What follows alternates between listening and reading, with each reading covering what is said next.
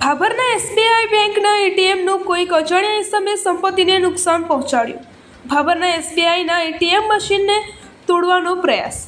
વાત કરવામાં આવે તો સરહદી વિસ્તાર એવા ભાભર શહેરની ગત રાત્રે તારીખ 26/9/2024ના રોજ ભાભર શહેરમાં હાઈવે રોડ પર આવેલ ભારતીય સ્ટેટ બેંક ભાભર શાખાના એટીએમમાં રાત્રિના સમય 8:50 લઈને 8:55 સુધીના સમયમાં કોઈ એક અજાણ્યો ઇસમ લીલા કલરનું શર્ટ પહેરીને પોતાની બાઇક લઈને આવે છે. ત્યારબાદ એટીએમમાં પ્રવેશ કરે છે અને પૈસા ઉપાડવા માટે પ્રયત્ન કરે છે.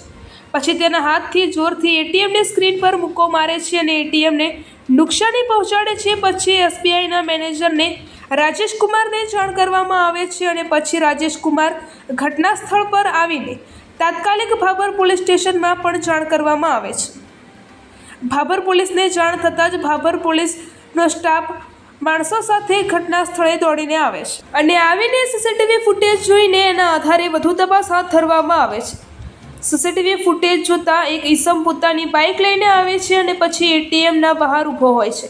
પછી તે એટીએમમાં પ્રવેશ કરે છે અને પોતાના હાથ વડે જોરથી એટીએમની સ્ક્રીન પર મુક્કો મારે છે અને એટીએમને મોટા પ્રમાણમાં નુકસાન પહોંચાડે છે અને એટીએમની ડિસ્પ્લે તોડી નાખે છે અને એટીએમને તોડી નાખવાથી બેંકના એટીએમમાંથી પૈસા ઉપાડવા માટે આવતા ગ્રાહકોને બંધ થઈ ગયા હતા. પૈસા ન ઉપાડતા ગ્રાહકોને ભારે મુશ્કેલી વેઠવાનો વારો આવ્યો હતો અને એટીએમ જેવી સંપત્તિને નુકસાન પહોંચાડેલ છે.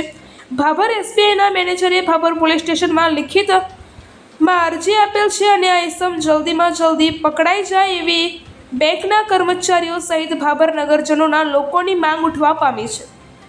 અહેવાલ ગોપાલ કે પૂજારા, ભાભર, બનાસકાંઠા. ભારતીય સ્ટેટ બેંક ભાભર શાખાના હાઈવે પર આવેલા એટીએમમાં ગઈકાલ રાત્રે સાંજે 8:53 થી 8:54ની વચ્ચે એક અજાણ્યા શખ્સે આવી જોરથી એટીએમમાં મુક્કો મારીને એટીએમ અને બેંક સંપત્તિને નુકસાન પહોંચાડવાનો પ્રયત્ન કર્યો હતો.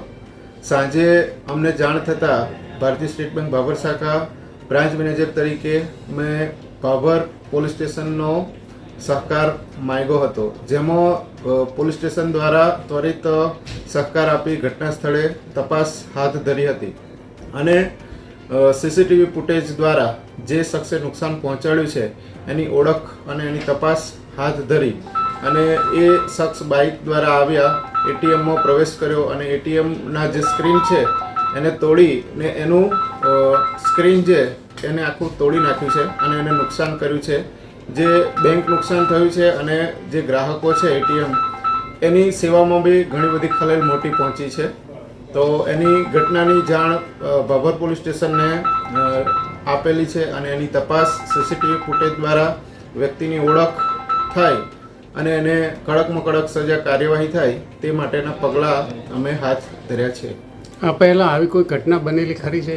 આ પહેલાં આવી ઘટના બનેલી કે બે અજાણ્યા શખ્સો બહારના હતા, જેઓએ એટીએમમાં આવીને ચોરીની પ્રયાસ કર્યો હતો, પરંતુ તેઓને પોલીસ દ્વારા સપોર્ટથી અમે ઝડપી પાડ્યા હતા અને જે લોકલ લારી ગલ્લાના વ્યક્તિઓ છે એમણે બી સહકાર આપ્યો હતો અને એમાં એ વ્યક્તિની ઓળખ કરી અને ત્યાં જ દબોચી અને એમને પોલીસના હવાલે કર્યા હતા.